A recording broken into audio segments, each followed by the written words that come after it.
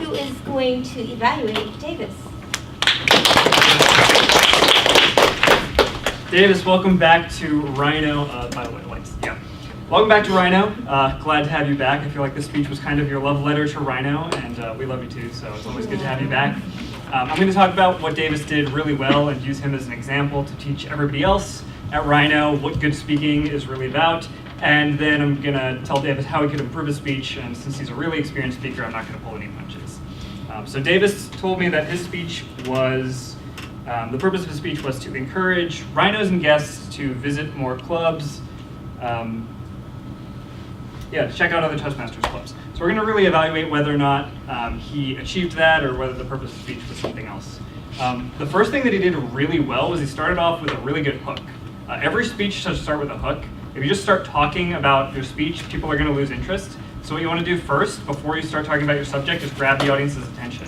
So what Davis did was he got up here, first he just stared you down for a couple of seconds, waited for silence, waited for the eyes to be on him, and then he started with a statement that raised more questions than it answered, which was, I have a problem, or something along those lines. And immediately you're kind of drawn in by the intrigue and the mystery of this. There are a couple other ways that you can do hooks. You can do hooks with questions to the audience. Controversial statements are really good hooks. But the one that Davis used about just making a statement that raises more questions than it answers really creates a lot of intrigue, and it's a good way to start a speech. Then immediately he gave us a map of the speech. He said, I'm going to tell you how to visit other Toastmasters clubs and how to find the right one. I visited 94. This is how you're going to find the right one. So it's like a map, where it's going. And then he had a very clear structure.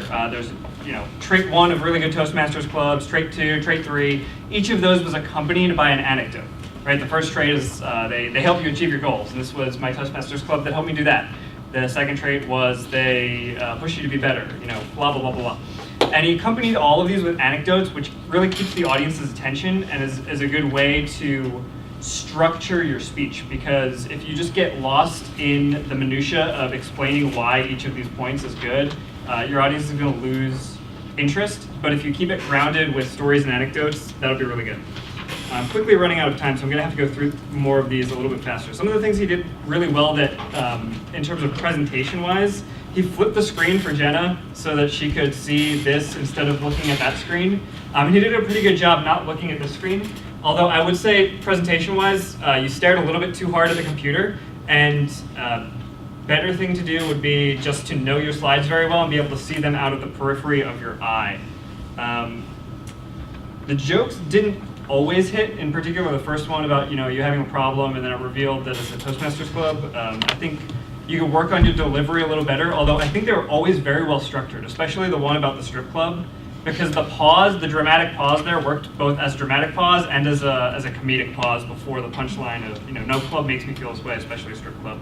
I have some other comments about the structure of your speech.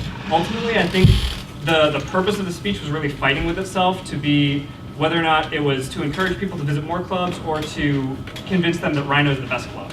And I can talk to you more about that later, but I'm out of time now. Thank you so much for coming back. We love you, Davis.